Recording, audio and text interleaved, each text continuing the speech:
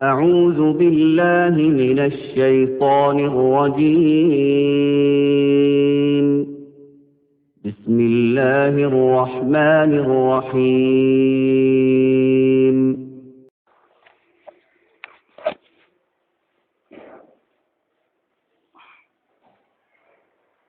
بسم الله الرحمن الرحيم. أحمده ونصلي على رسوله الكريم. أما بعد، قال الله تبارك وتعالى: أعوذ بالله من الشيطان الرجيم. بسم الله الرحمن الرحيم. وما أرسلناك إلا رحمة للعالمين. صدق الله العظيم. وقال تعالى: أعوذ بالله من الشيطان الرجيم. بسم الله الرحمن الرحيم. لقد كان لكم في رسول الله أسوة حسنة. صدق الله العظيم. فہد، یہ پنکھے چالو کرنا بیٹے، لوگ پورے بیٹھے ہوئے ہیں، گرمی ہو رہی شدت کی. لائٹ نہیں ہے؟ اچھا کوئی بات. بسم اللہ الرحمن الرحیم. محترم بھائیوں، بزرگوں، دوستو، پچھلے جمعہ کو ہم نے یہ سنا تھا کہ غزوہ احد میں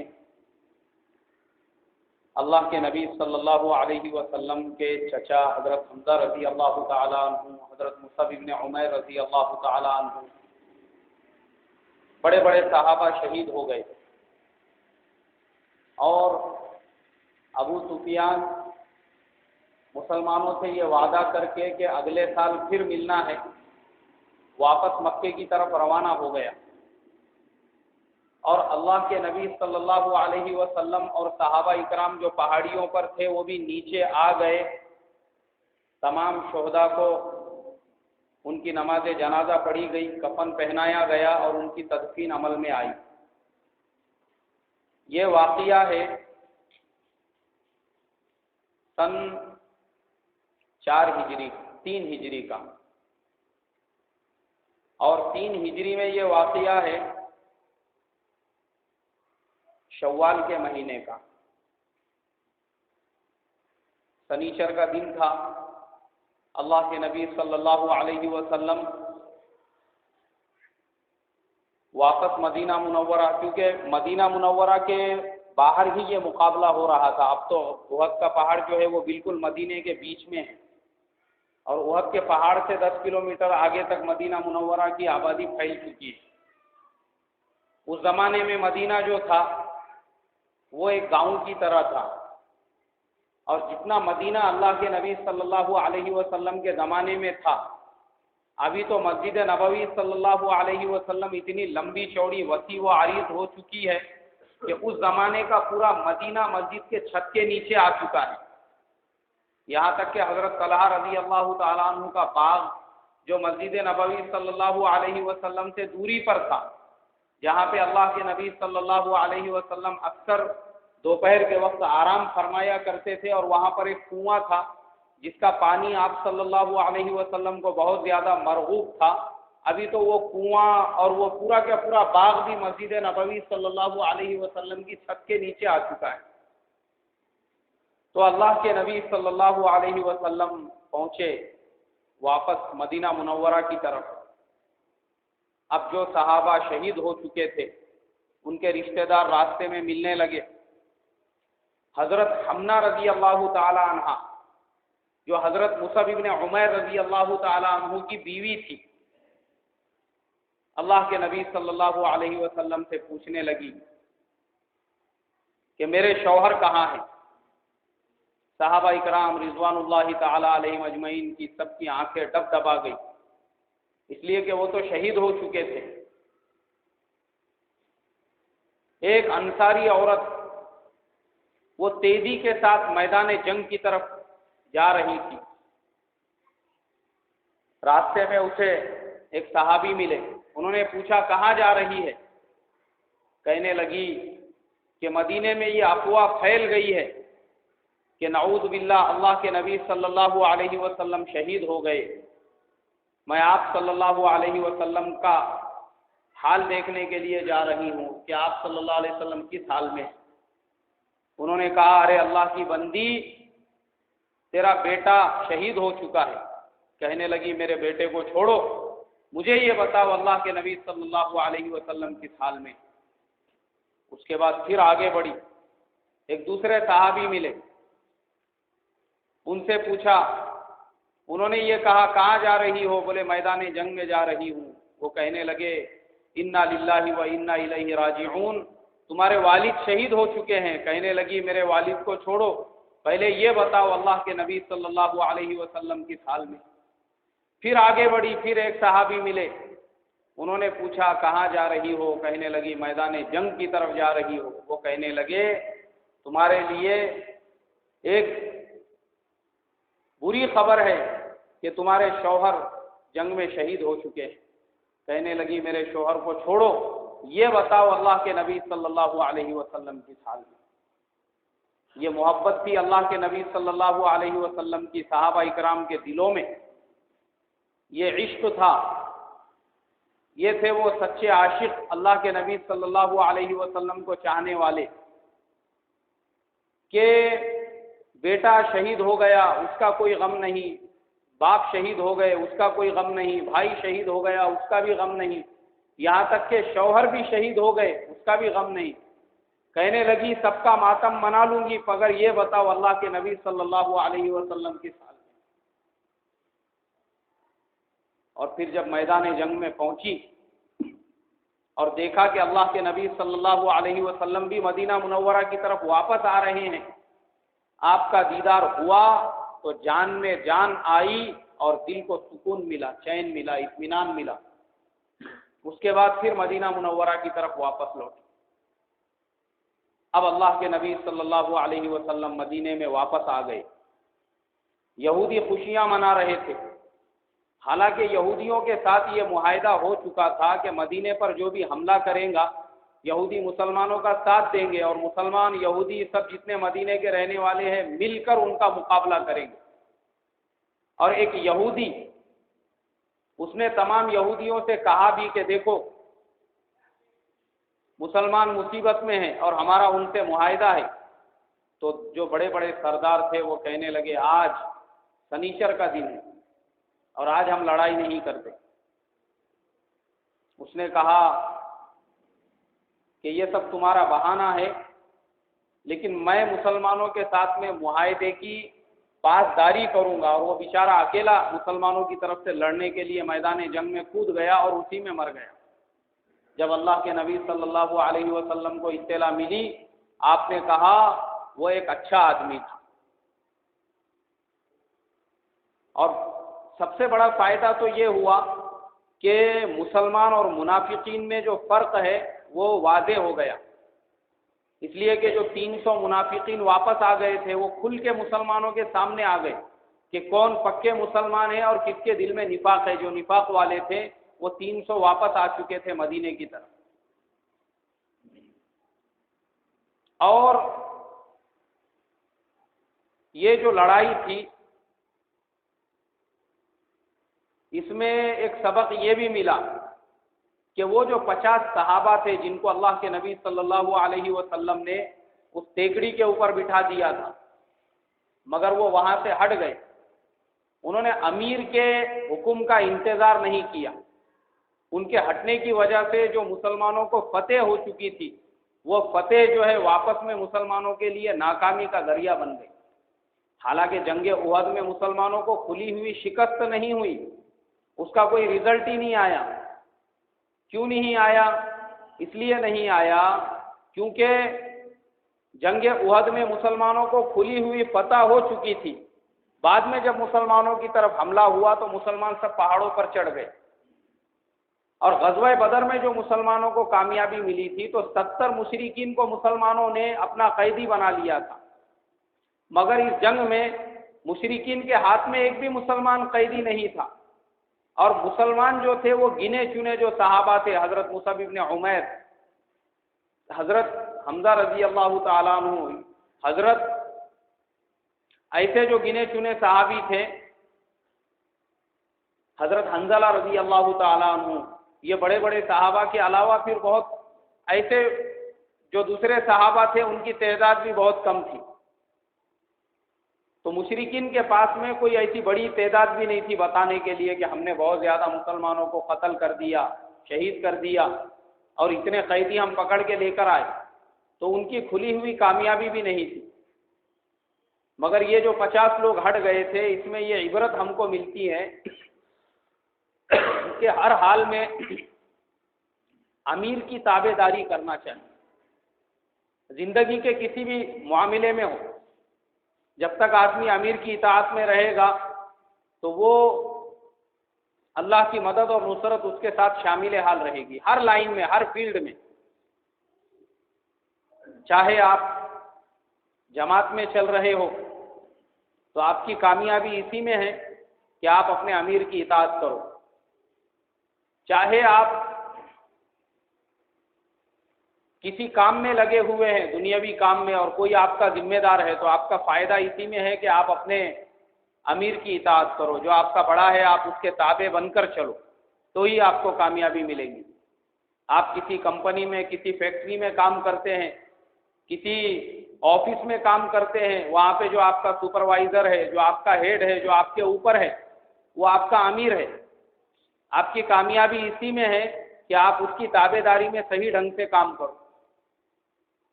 جیسے کہ صحابہ اکرام رضوان اللہ تعالی علیہم اجمعین نے اللہ کے نبی صلی اللہ علیہ وسلم کے تابع داری میں ہی کام کیا، لیکن امیر کی اجازت کے بغیر وہ لوگ اس ٹیکری سے نیچے اتر آئے۔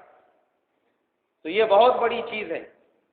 ہر وہ جماعت جس میں ساتھی امیر کی تابع داری کرتے ہیں، اس کی مان کر چلتے ہیں، تو وہ بن کر آتے ہیں۔ اور جب کوئی تابع داری نہیں کرتا، کوئی یہ بولتا کہ یار امیر صاحب کو کیسا امیر بنا دیے، ان کے تو 2-4 چلے لگے ہوئے ہیں، میں تو 4 مہینے لگائے ہوا ساتھی ہوں، میں تو اس سے بڑا ذمہ دار ہوں، مجھے تو اس سے زیادہ معلومات تھی، پھر میری بجائے اس کو کیسا ذمہ دار بنائے۔ پھر آدمی اپنے آپ کو بڑا سمجھنے لگے اور امیر کی تابع داری میں ہچکچائے تو پھر وہ آدمی بن نہیں سکتا۔ تو یہ سبق ہے ہمارے لیے زندگی کے ہر معاملے میں، زندگی کی ہر لائن میں، کہ ہم اپنے امیر کی تابع داری کریں۔ گھر ہے، گھر میں 4-5 بھائی ہے، والد صاحب ہے، وہ ہمارے گھر کے امیر ہیں۔ اب ہم والد صاحب کے گائیڈنس میں کام کریں۔ والد صاحب کیا کہہ رہے ہیں کسی چیز کے خریدنے کے بارے میں، کسی چیز کے بیچنے کے بارے میں، یا گھر کو کیسے ڈیوائڈ کرنا ہے اس کے بارے میں، یا کاروبار کو کیسے سیٹل کرنا ہے، کس کو کیا کاروبار میں لگانا ہے، اور کس کے بارے میں کیا سوچ رہے ہیں۔ اب والد ہمارے گھر کے امیر ہے، ان کی تابع داری میں اگر ہم چلیں گے تو کامیابی ملے گی۔ یا پھر اگر آدمی یہ کہیں گے ارے یار اپنے حضرت پرانے زمانے کے ہیں، بیچاروں کو نہ اسکول کی معلومات ہے نہ کالج کی معلومات ہے، اب میں بہت پڑھا لکھا ہوں، میں نے تو MBA بھی کیا اور میں نے تو MCA بھی کیا، اور مجھے تو ان سے زیادہ معلومات ہے، ابھی ان کا کیا سننے کا، ان کو کیا معلوم ابھی کیا چل رہا کیا نہیں چل رہا۔ تو پھر اگر آدمی یہ کہے کہ حضرت تم بیٹھو یار گچو، کائی کو ہم کو رائے مشورے دے رہے، ہم کو بھی سمجھتا، ہم نے بھی دنیا دیکھے۔ جب والد کو چپ کر دیا جائے اپنے امیر کو، تو پھر وہ بچے سوائے ٹھوکرے کھانے کے دنیا میں کچھ بھی نہیں کر سکتے۔ کیوں؟ امیر کی تابع داری، یہ اپنے گھر کے امیر ہے، اور والد کا اگر انتقال ہو چکا ہے تو پھر جو سب سے بڑا بھائی ہے وہ گھر کا امیر، اور بڑا بھائی بھی اگر دادا ہے تو وہ امیر ہے۔ یہ سب شریعت کے اندر جو ہے نا، ہر ایک کا مقام اور مرتبہ طے کیا ہوا ہے کہ کیسے گھر کے اندر جو ہے کام کرنا ہے۔ گھر میں بھی اگر ہے تو وہاں پہ بھی امیر ہے۔ تو جتنے بھی کام ایسے عمارت کے اندر ہوتے ہیں، تابع داری میں ہوتے ہیں، مشورے سے ہوتے ہیں، اور امیر کی اطاعت ہوتی ہے اور امیر کے حکم پر ہی ہر کام ہوتا ہے، تو پھر وہاں پر کامیابیاں ملتی ہے۔ اور جب تابع داری نہیں ہوتی، پھر وہاں پہ ناکامیوں کے دروازے ایسے کھلتے ہیں جیسے کہ یہ واقعہ ہمارے سامنے ہے۔ حالانکہ اترنے والوں کی نیت میں کوئی خرابی نہیں تھی، انہوں نے یہ کہا ارے بولے اب جنگ ختم ہو چکی ہے، امیر کا حکم اس وقت تھا جب تک جنگ چل رہی تھی، اب تو جنگ ہی نہیں چل رہی تو پھر امیر کا حکم کوئی معنی نہیں رکھتا۔ لیکن ان کے جو امیر تھے وہ 50 پہ جن کو اللہ نے امیر بنایا تھا، انہوں نے کہا نہیں، جب تک اللہ کے نبی صلی اللہ علیہ وسلم نہیں کہیں گے اس وقت تک ہم کو نیچے نہیں اترنا ہے۔ لیکن باقی کے لوگوں نے اس امیر کی اطاعت نہیں کی۔ اس میں یہ ہم کو عبرت حاصل ہوتی ہے چاہے آدمی کو چھوٹا بننا پڑے کوئی مسئلہ نہیں، کیونکہ چھوٹے بننے میں جو کامیابی ہے وہ بڑا بننے میں نہیں ہے۔ جو آدمی بڑے پن کے زعم میں رہتا یا بڑے پن کے گھمنڈ میں رہتا یا بڑے پن کی اکڑ میں رہتا، میں تو بہت بڑا، میں کیوں دوسروں کی سنوں، میں کیوں تھوڑا سا جھک جاؤں، تو پھر کیا ہوتا، ایسی چیزوں کو جو ہے نا طوفان، ہوائیں اس کو اکھاڑ کے پھینک دیتی۔ آپ دیکھو جب بارش کا طوفان آتا، ندی کے اندر جو ہے باڑھ آ جاتی اور ہوائیں چلتی تیز، تو جو بیچارے چھوٹے موٹے درخت رہتے، جو گھاس کے تنکے رہتے، جیسی پانی کی لاٹ آتی وہ اپنی منڈی جھکا دیتے ایسا نیچے، سب جھک جاتے اور اس کے اوپر سے پانی بہنا شروع ہو جاتا۔ مگر جو بڑے بڑے ایسے تاڑ کے درخت اور ناریل کے درخت ایسا چھاتی تان کے کھڑے ہوئے رہتے، آن دو بولے کتنا طوفان آ رہا تو پھر کیا ہوتا، ہوائیں ایسے درختوں کو اکھاڑ کے پھینک دیتی۔ اور جب وہ ندی پہ کا طوفان ختم ہو جاتا، باڑھ ختم ہو جاتی اور پانی ندی میں سمٹ جاتا، تو پھر یہ جتنے گھاس کے پودے رہتے اور چھوٹے چھوٹے جھاڑ رہتے، اب جب جیسی پانی ان کے اوپر سے ہٹ گیا، واپس سے ایسے منڈیا اوپر اٹھا لیتے، کھڑے ہو جاتے۔ تو چھوٹے بننے میں جو فائدہ ہے وہ بڑا بننے میں نہیں۔ اس میں ہم کو یہ واقعے میں یہ سبق ملتا ہے عبرت کا۔ اب اللہ کے نبی صلی اللہ علیہ وسلم اور صحابہ جتنے بھی تھے، اللہ کے نبی صلی اللہ علیہ وسلم کو یہ اندیشہ ہوا کہ مشرکین واپس مکہ نہیں گئے، یہ پھر سے جمع ہوں گے، اور جمع ہو کر جب مدینے پر حملہ کریں گے تو پھر ان کے حملے کا جواب دینا بہت ضروری ہے۔ اس سے پہلے کہ وہ مدینے پر حملہ کریں، ہم واپس ان کے حملے کا جواب دیں گے۔ اب اللہ کے نبی صلی اللہ علیہ وسلم نے اعلان فرمایا اور کہا کہ جتنے لوگ احد میں ساتھ تھے صرف وہی لوگ ساتھ میں چلے، ان کے علاوہ کوئی نیا آدمی ساتھ میں نہیں چلے گا، صرف ایک صحابی حضرت جابر ابن عبداللہ رضی اللہ تعالی عنہ، ان کو اجازت دی گئی۔ اور اس جماعت کو لے کے اللہ کے نبی صلی اللہ علیہ وسلم مکے کی طرف روانہ ہوئے کہ یہ جو لشکر گیا ہے ان کا تعاقب کرو۔ یہ سب جنگ کے فارمولے ہیں، یہ جنگ کو کیسے لڑنے کا ہے، یہ سب ترتیب ہے، ہمارے نبی صلی اللہ علیہ وسلم نے ہم کو سکھایا ہے۔ خالی ہم کو نماز پڑھنا اور مسجد کے اندر بیٹھ کے تسبیح پڑھنا اور روزہ کیسا رکھنا اور زکوٰۃ کیسے دینا یہی نہیں سکھایا، بلکہ یہ بھی سکھایا کہ دشمن کے مقابلے کا جواب کیسے دو اور کس وقت میں کیا حکمت عملی اختیار کرو۔ اب یہ حکمت عملی آپ نے کیوں اختیار کی کہ غزوہ احد کے میدان میں تو سب پہاڑ پہ چڑھ گئے اور ان کے دور جانے کے بعد پھر آپ نے لوگوں کو جمع کیا اور جمع کر کے آپ صلی اللہ علیہ وسلم واپس سے حملے کے لیے روانہ ہوئے۔ اس حکمت عملی میں یہ حکمت تھی، اگر اللہ کے نبی صلی اللہ علیہ وسلم صحابہ کو پہاڑوں پہ چڑھنے کا حکم نہ دیتے اور لڑتے رہتے تو پھر اور زیادہ مسلمانوں کا نقصان ہوتا تھا۔ کیوں؟ اس لیے کہ مشرکین جو ہے وہ پورے جوش اور جذبات میں تھے، انہوں نے اپنی پوری طاقت کو ایک جگہ جمع کر لیا تھا، اس لیے ان کی طاقت کو منتشر کرنا ضروری تھا۔ اور پھر اس میں ڈر یہ تھا کہ مسلمان اگر اس میں ہلاک ہو جاتے تو پھر یہ جماعت مل کے مدینے پہ حملہ کر دیتی، پھر عورتوں کو لونڈیاں اور باندیاں بنا لیتی، بچوں کو بوڑھوں کو غلام بنا لیتی، قتل عام ہو جاتا مدینہ منورہ کے اندر۔ تو اللہ کے نبی صلی اللہ علیہ وسلم نے یہ حکمت عملی اختیار کی، اور جب دیکھا کہ یہ لوگ اب مدینے سے کئی میل دور کے فاصلے تک پہنچ چکے ہیں، اس کے بعد آپ صلی اللہ علیہ وسلم نے واپس سے پوری جمعیت کو جمع کیا، اور وہ جو جماعت تھی صرف ایک حضرت جابر ابن عبداللہ کو اجازت ہوئی اور ان کے ساتھ اللہ کے نبی صلی اللہ علیہ وسلم وہ پوری جماعت کے ساتھ روانہ ہو گئے، اور مقام حمراء الاسد وہاں پہ جا کے اللہ کے نبی صلی اللہ علیہ وسلم نے قیام کیا۔ اب جیسے اللہ کے نبی صلی اللہ علیہ وسلم نے سوچا تھا ویسا ہی مشرکین نے بھی کیا، اس لیے کہ وہ آگے چل رہے تھے۔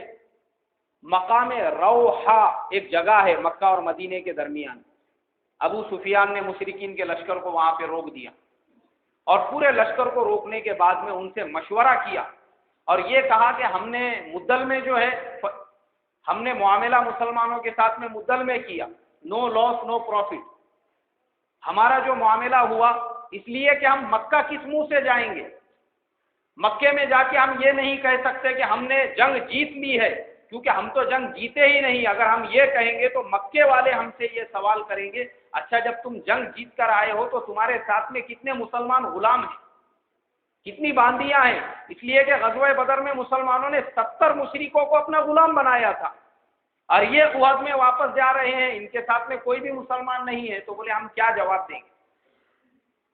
دوسری بات, مسلمانوں نے اپنی ہار تسلیم نہیں کی, بلکہ جو اعلان ہوا کہ اگلے سال پھر ملنا ہے, بات وہاں پر ختم ہوئی. یہ ساری باتیں, اور پھر مکے والے الٹا یہ سوال کریں گے کہ تم جو مکے سے جماعت لے کر گئے تھے اس میں سے 70 جو مانے ہوئے شہ سوار اور پہلوان تھے ان کو تو تم ضائع کر کے آئے ہو, وہ کہاں ہے؟ وہ سب تو قتل ہو چکے ہیں. پھر تمہاری جیت کیسی جیت ہے؟ ابو سفیان کو یہ غم کھائے جا رہا تھا کہ کم سے کم کچھ مسلمانوں کو غلام بنا لیا جائے اور دوبارہ مسلمانوں پہ ایسے حملہ کیا جائے اور مسلمانوں کو شکست دے کے پھر اگر ہم واپس جائیں گے تب مکے والوں کو یہ کہہ سکیں گے کہ ہم جیت کر آ رہے ہیں. اس نے دوبارہ وہاں پہ مقام روحہ پر سب کو جمع کیا, اور جمع کرنے کے بعد میں یہ نیا پروگرام بنایا. لیکن اس کا یہ پروگرام اس وقت میں فیل ہو گیا جب ایک آدمی جو مدینے سے مکہ مکرمہ کی طرف جا رہا تھا اس نے ابو سفیان سے یہ کہا دیکھو تم یہ جو مشورہ کر رہے ہو اس مشورے سے بڑا مشورہ مسلمان کر چکے ہیں, تم مدینے پہ کیا حملہ کرو گے, بلکہ مسلمان ہی تمہاری تلاش میں نکل چکا ہے اور مقام حمراء الاسد میں مسلمانوں کی بہت بڑی جماعت تمہارا انتظار کر رہی ہے. ابو سفیان نے جیسے ہی یہ سنا اس کو دھچکا لگا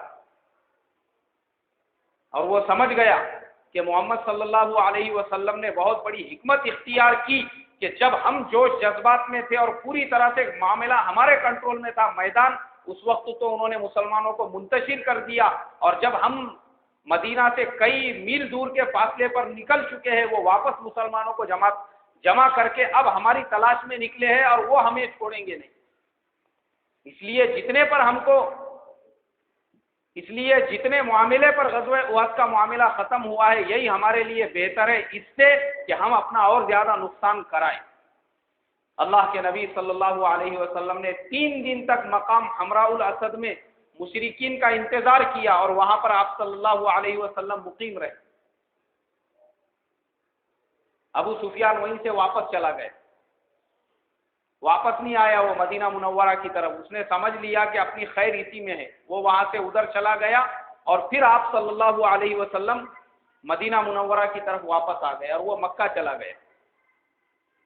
یہ سن 3 ہجری کا واقعہ ہے, اور اسی سال میں اللہ کے نبی صلی اللہ علیہ وسلم کے نواسے حضرت حسن رضی اللہ تعالیٰ عنہ کی ولادت ہوئی شعبان کے مہینے میں. اس کے بعد سن 4 ہجری شروع ہوا. سن 4 ہجری میں اللہ کے نبی صلی اللہ علیہ وسلم کے ساتھ میں جو واقعات پیش آئے ان میں سب سے اہم واقعہ ایک تو یہ تھا کہ مشرکین پچھلے سال ان سے جنگ ہوئی تھی, وہ سارے کے سارے مکہ مکرمہ میں تھے, اور ادھر جو یہود تھے مدینہ میں, یہود نے معاہدے کے مطابق غزوہ احد میں ایک تو آپ کا ساتھ نہیں دیا, اور الٹا وہ لوگ جب یہ دیکھنے لگے کہ مسلمانوں کی طاقت بڑھ رہی ہے تو مسلمانوں کو کیسے نقصان پہنچایا جائے, یہ کاموں میں وہ واپس سے لگ گئے. مسلمانوں کے خلاف سازشیں کرنا, مسلمانوں کے خلاف مدینے والوں کو بھڑکانا اور ان سے یہ کہنا کہ تم نے یہ مکے والوں کو کیوں پناہ دی. یہ سارے کاموں میں جو ہے یہودی لگ گئے, اور مسلمانوں کو کیسے تکلیفیں پہنچائی جائے اس کے لیے اطراف کے جو مشرک قبیلے تھے ان کو آپ صلی اللہ علیہ وسلم اور مسلمانوں کے خلاف بھڑکانے کا کام کرنے لگے. غزوہ احد میں جو مشرکین مر چکے تھے اور غزوہ بدر میں جو بڑے بڑے سردار مسلمانوں کے ہاتھوں قتل ہو چکے تھے, میں نے آپ کو اس سے پہلے بھی بتایا تھا کہ ان کے رشتہ داروں نے یہ قسمیں کھائی تھی کہ وہ صحابہ جنہوں نے ان کو قتل کیا ہے ہم جب تک ان کو قتل نہیں کریں گے ان کے بدلے میں, تو وہ مشرکین نے یہ قسم کھائی تھی کہ ہم سکون سے نہیں بیٹھیں گے. کسی نے قسم کھائی تھی ہم ان کی کھوپڑی میں شراب پیئیں گے, اور کسی نے عجیب عجیب قسم کی, کیونکہ وہ لوگ جو ہے زمانے جاہلیت میں مشرکین زندگی گزار رہے تھے, وہ زمانہ ہی ایسا تھا. ایک قبیلہ مشرکین کا اس نے صفوان ابن امیہ اس سے یہ کہا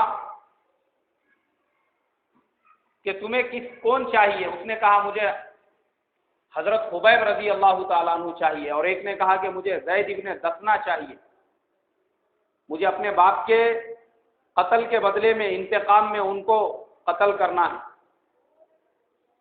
انہوں نے کہا ٹھیک ہے، ہم یہ دونوں آدمی تم کو لا کر دے دیں گے، اور ان کے ساتھ ایک معاملہ طے ہوا کہ اس کے بدلے میں یہ لوگ ان کو اتنے اونٹ دیں گے، اتنے دینار دیں گے، اتنے درہم دیں گے۔ اور اللہ کے نبی صلی اللہ علیہ وسلم مشرکین مکہ کو جانتے تھے۔ اب یہ جو نیا قبیلہ تھا، یہ جو قبیلے کے لوگ تھے، نہ ان کا تعلق مشرکین مکہ سے تھا جنگ میں، نہ مسلمانوں سے تھا۔ یہ اللہ کے نبی صلی اللہ علیہ وسلم کی خدمت میں پہنچے اور کہا کہ ہم سب مسلمان ہوتے ہیں، مگر ہم لوگوں کو دین سکھانے کے لیے، ایمان سکھانے کے لیے، نماز سکھانے کے لیے آپ کچھ لوگ دے دو، وہ ہمارے قبیلے میں رہیں گے، ہمارے قبیلے والوں کو نماز، دین، اسلام، ایمان سکھائیں گے۔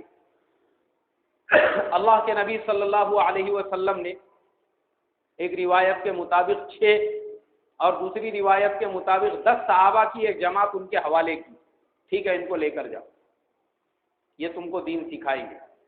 انہوں نے فرمائش کی اور کہا کہ حضور اگر آپ ہمارے ساتھ حضرت خبیب کو کر دے، اور دوسرے نے کہا کہ زید ابن دثنہ کو کر دے تو زیادہ بہتر ہوگا، اس لیے کہ یہ لوگ دین کے علم کو اوروں سے بہتر جاننے والے ہیں اور سمجھانے کا ان کا ڈھنگ سب سے اچھا ہے۔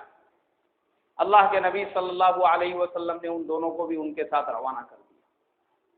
اب یہ لوگ مدینے سے روانہ ہوئے، تھوڑے دور چلے اور دور چلے، جب بہت دور پہنچ گئے، ان کی جماعت بڑی تھی، انہوں نے مسلمانوں کو گھیر لیا اور ان کو لے جا کے مکے والوں کے ہاتھ میں بیچ دیا۔ حضرت زید ابن دثنہ کو ایک مشرک نے خریدا اور ان کو خریدتے ہی قتل کر دیا اپنے باپ کے بدلے میں۔ لیکن حضرت خبیب رضی اللہ تعالیٰ عنہ کو صفوان ابن امیہ نے قیدی بنا کر رکھ دیا، ان کو قیدی بنایا گیا اور وہ قید میں تھے، اس لیے کہ اس کو اپنے باپ کے قتل کا بدلہ لینا تھا۔ اور ادھر اللہ کے نبی صلی اللہ علیہ وسلم کو اللہ تبارک و تعالی نے وحی کے ذریعے سے اطلاع دے دی کہ مسلمانوں کے ساتھ میں دغا ہوا ہے، مسلمانوں کے ساتھ میں دھوکہ ہوا ہے، مسلمانوں کے ساتھ فریب ہوا ہے، کہ جن مسلمانوں کو مشرکین یہ کہہ کر لے کر گئے تھے کہ ہم کو دین سکھانے کے لیے کچھ صحابہ دو، ان کو تو انہوں نے مکے والوں کے ہاتھ میں بیچ دیا۔ اب حضرت خبیب رضی اللہ تعالیٰ عنہ مشرکین کی قید میں تھے۔ یہ واقعہ فضائل اعمال میں بھی لکھا ہوا ہے کہ جب حضرت خبیب رضی اللہ تعالیٰ عنہ مشرکین کی قید میں تھے، ایک دن انہوں نے استرا منگایا، ان کو استرا دیا گیا، اور اتفاق سے ان کے ہاتھ میں استرا تھا، اور اسی حالت میں جس کے گھر میں یہ قید تھے اس کا بچہ، چھوٹا سا بچہ رینگتے رینگتے ان کے پاس پہنچ گیا۔ اب یہ لوگ گھبرا گئے، ڈر گئے۔ حالانکہ میرے محترم بزرگوں، اس میں بہت بڑی حکمت ہے۔ اگر حضرت خبیب رضی اللہ تعالی عنہ چاہتے تو اس بچے کو اپنے لیے ڈھال کے طور پہ یوز کر سکتے تھے، استعمال کر سکتے تھے کہ میری جان بخش دو ورنہ میں اس کو قتل کر دوں گا۔ مگر انہوں نے مشرکین سے یہ کہا کہ دیکھو میں مکے کا کوئی کافر اور مشرک نہیں ہوں، میں مسلمان ہوں، اور مجھے میرے نبی صلی اللہ علیہ وسلم نے عورتوں اور بچوں پر ہاتھ اٹھانے سے منع فرمایا، ہم عورتوں اور بچوں کو قتل نہیں کرتے۔ انہوں نے اس بچے کو ادھر روانہ کر دیا، اور پھر حضرت خبیب رضی اللہ تعالیٰ عنہ کو ایک دن اطلاع دی گئی، کہا گیا کہ آج تم کو حرم میں لے جا کر قتل کر دیں گے۔ حضرت خبیب رضی اللہ تعالیٰ عنہ نے غسل کیا، کہا کوئی بات نہیں، ان کو لے جایا گیا۔ لے جانے کے بعد حضرت خبیب رضی اللہ تعالیٰ عنہ نے یہ تمنا کی، انہوں نے پوچھا تمہاری کوئی خواہش ہے، کچھ چاہتے تم؟ کہا کہ ہاں میں چاہتا ہوں کہ 2 رکعت نماز پڑھوں۔ اطمینان سے انہوں نے مصلی بچھایا، نماز شروع کی اور اطمینان کے ساتھ نماز پڑھنے لگے۔ اب جب نماز مکمل ہو گئی اس کے بعد مشرکین سے یہ کہنے لگے، اس لیے کہ مشرکین یہ چاہتے تھے کہ حضرت خبیب رضی اللہ تعالیٰ عنہ کو جو قتل کیا جا رہا ہے اس کو سارے لوگ دیکھیں، کوئی بھی محروم نہ رہے۔ تو انہوں نے پہلے سے ہی پورے گاؤں میں، بستی میں اعلان کر دیا تھا کہ خبیب رضی اللہ تعالیٰ عنہ کو شہید کیا جانے والا ہے۔ اس لیے بہت بڑی جماعت وہاں پہ چاروں طرف جمع ہو چکی تھی اس منظر کو دیکھنے کے لیے۔ حضرت خبیب رضی اللہ تعالیٰ عنہ نے یہ کہا کہ دیکھو، میرا دل یہ چاہ رہا تھا کہ میں اپنی نماز کو اور لمبا کروں، مگر میں نے اس لیے نماز کو لمبا نہیں کیا کہ تم یہ سمجھو گے کہ میں موت کے ڈر سے اپنی نماز لمبی کر رہا ہوں، اس لیے میں نے اپنی نماز جیسی پڑھتا ہوں ویسی پڑھ لیا اور دعا کی اور کہا کہ اے اللہ، اپنے نبی کو میرا سلام پہنچانا اور میرے حال کی ان کو اطلاع دینا کہ میرے ساتھ کیا معاملہ کیا جا رہا ہے۔ ابو سفیان جو مشرکین کا سردار تھا وہ حضرت خبیب رضی اللہ تعالیٰ عنہ کے پاس آیا اور ان سے یہ کہنے لگا کہ دیکھو، تمہارا آخری وقت ہے، تم کو کئی دنوں سے ہم نے کھانے کے لیے نہیں دیا۔ ان کو بھوکا پیاسا رکھا گیا تھا، لیکن یہ بھوکا پیاسا مشرکین نے رکھا تھا، مگر اللہ تبارک و تعالیٰ نے ان کو جو نعمتیں کھلائی تھی۔ ایک مشرک جو بعد میں مسلمان ہو گئے، ان کا بیان ہے، فضائل اعمال میں بھی یہ واقعہ ہے، اس میں بھی یہ لکھا ہوا ہے کہ وہ جب مسلمان ہو گئے تو وہ کہنے لگے کہ میں نے دیکھا خبیب انگور کا ایک توشہ کھا رہے ہیں جو انسان کے سر کے برابر تھا، یعنی اتنا بڑا انگور کا گچھا تھا اور وہ اس کو کھا رہے ہیں۔ اور پھر کہنے لگے اس زمانے میں پورے عرب کے اندر کہیں پر بھی انگور نہیں تھا، مطلب موسم ہی نہیں تھا انگور کا، بغیر موسم کے اللہ تبارک و تعالیٰ نے ان کو یہ دنیا میں ہی نعمتیں کھلائی، دنیا میں ہی پھل کھلایا ان کو۔ کیسا پھل؟ جنت کا پھل۔ کیوں؟ مشرکین نے ان کا کھانا اور پانی روک دیا تھا، وہ یہ سمجھ رہے تھے کہ ہم ان کو بھوکا پیاسا ماریں گے، مگر اللہ تبارک و تعالی جو لوگ اللہ کے لیے اپنا سب کچھ چھوڑ دیتے ہیں، کہا کہ من کان للہ کان اللہ لہو، جب جو اللہ کا ہو جاتا ہے اللہ تبارک و تعالی اس کے ہو جاتے ہیں،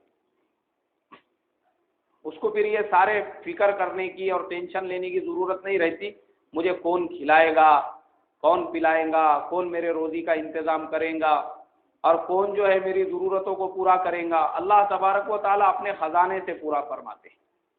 بولے پورے عرب میں کہیں پہ انگور نہیں تھا اور وہ انگور کھا رہے تھے۔ ابو سفیان ان کے پاس گیا، جا کے یہ کہنے لگا ابھی دیکھو تمہارا آخری ٹائم ہے، اب تم جانے والے ہیں دنیا سے، میں بس یہ کہنا چاہتا ہوں، کیا تم یہ چاہتے ہو ہم تم کو آزاد چھوڑ دیں، تم جا کے اپنے بیوی بچوں کے ساتھ زندگی بسر کرو، خوشحال رہو، اور تمہاری بجائے ہم محمد صلی اللہ علیہ وسلم کو قتل کر دیں؟ حضرت خبیب رضی اللہ تعالیٰ عنہ کہنے لگے خدا کی قسم، محمد صلی اللہ علیہ وسلم کا قتل ہونا تو بہت دور کی بات ہے، ہم تو یہ بھی نہیں چاہتے کہ ہم اپنے گھروں میں اپنے اہل و عیال کے ساتھ میں رہے اور اللہ کے نبی صلی اللہ علیہ وسلم کے پیر میں کانٹا بھی چبھ جائے۔ ارے ہم ان کو کانٹا چبھنا بھی گوارا نہیں کرتے تو پھر یہ کیسے گوارا کرے کہ ہم اپنے گھر میں آرام سے رہے اور اللہ کے نبی صلی اللہ علیہ وسلم کو قتل کر دیا جائے؟ کبھی بھی یہ نہیں چاہتے۔ ابو سفیان کو بہت غصہ آیا، اس نے یہ سمجھا تھا کہ شاید میں حضرت خبیب کو یہ لالچ دوں گا تو ان کا ارادہ بدل جائے گا، مگر وہ سچے اور پکے مسلمان تھے، ارادہ بدلنے والے مسلمان نہیں تھے۔ جیسے ہمارے زمانے میں بھی مسلمان رہتے، گنگا میں گئے تو گنگا داس اور جمنا میں گئے تو جمنا داس، اس کے آفس میں بیٹھے تو اس کے اور اس کے پاس اس کی چائے پیے تو اس کے۔ حضرت خبیب ویسے مسلمان نہیں تھے، سچے پکے ایسے مسلمان تھے جن کی شان میں اللہ نے فرمایا تھا کہ رضی اللہ تعالی عنہم ورضوا عنہ، کہ اللہ سے یہ راضی ہو گئے اور اللہ ان سے راضی ہو گیا. انہوں نے کہا ارے حضور صلی اللہ علیہ وسلم کو قتل کرنا تو دور کی بات، ہم تو یہ بھی نہیں چاہتے کہ اللہ کے نبی صلی اللہ علیہ وسلم کو کانٹا چبھ جائے اور ہم اپنے گھروں میں سکون اور آرام سے رہیں. حالانکہ وہاں بول بھی دیتے تو کون حضور صلی اللہ علیہ وسلم کو بولنے والا تھا؟ پوری جماعت مشرکین کی تھی، وہاں پہ پورے ایک بھی مسلمان نہیں تھا. مگر نہیں، ایمان رگو پے میں بس چکا تھا اور جانتے تھے کہ میں جو بولوں گا اللہ کے نبی صلی اللہ علیہ وسلم کو اللہ اپنے فرشتوں کے ذریعے سے اطلاع دے دیں گے. اور ویسا ہی ہوا. اللہ کے نبی صلی اللہ علیہ وسلم نے تمام صحابہ کے سامنے کہا خبیب رضی اللہ تعالیٰ عنہ نے تمہیں سلام کہا ہے. اور جیسے ان کو شہید کیا گیا، اللہ کے نبی صلی اللہ علیہ وسلم نے ان کی شہادت کا پورا قصہ صحابہ کے سامنے سنا دیا. حالانکہ کہاں مکہ اور کہاں مدینہ، مکہ ایک طرف اور مدینہ ایک طرف، مگر پھر بھی اللہ تبارک و تعالیٰ نے اپنے نبی صلی اللہ علیہ وسلم کو اس سارے قصے کی خبر سنا دی. اب میرے محترم بھائیوں بزرگوں، اس کے بعد غزوہ خندق کا واقعہ جو پیش آیا وہ انشاءاللہ اگلے ہفتے بیان ہوگا. اللہ ہم تمام کو عمل کی توفیق عطا فرمائے. جن کی سنتیں باقی ہیں وہ پڑھ لیجیے.